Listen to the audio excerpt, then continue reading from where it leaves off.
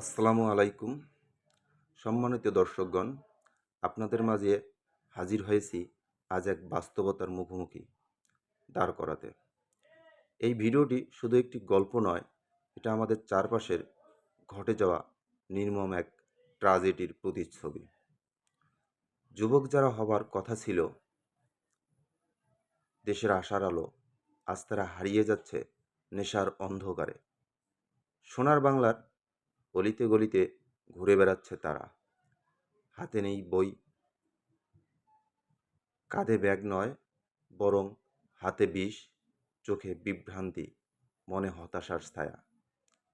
একটা সময় ছিল যখন তারা স্বপ্ন দেখত আকাশ ছোঁয়া, আর এখন স্বপ্নগুলো ভেসে যায় গলির মোড়ে ধোঁয়ার কুয়াশায়। যে প্রদীপ হওয়ার কথা ছিল সমাজের আলোর পথিক, সে আজ নিজেই নিভে যাচ্ছে ধীরে ধীরে। কে দায়ী? তারা, সমাজ, নাকি আমরা সবাই? এক একজন মিথ্যে নীরবতার কারিগর।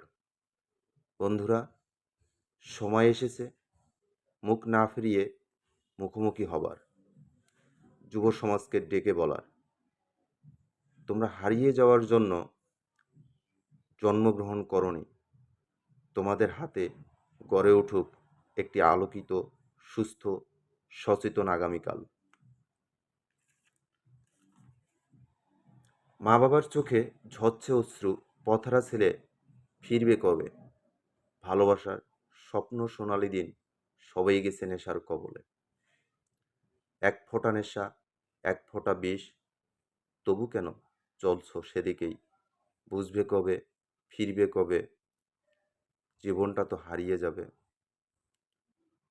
বন্ধুর ছদ্মবেশী, শত্রুর কথা তোমাকে কি বানাবে বোঝাহীন?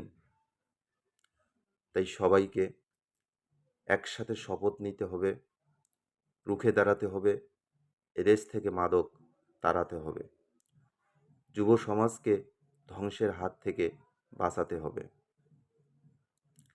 এই সোনার বাংলায় আর একটিও মাদক পাচারকারী যেন মাদক পাচার করতে না পারে।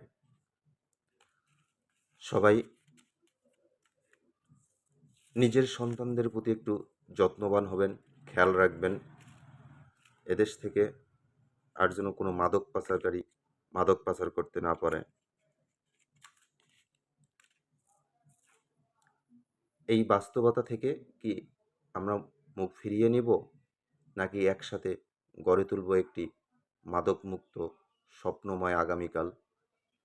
ধন্যবাদ। সবাই ভালো থাকবেন, সুস্থ থাকবেন, নিজের সন্তানদের প্রতি খেয়াল রাখবেন, এই প্রত্যাশায় আজকে এ পর্যন্তই। আল্লাহ হাফেজ।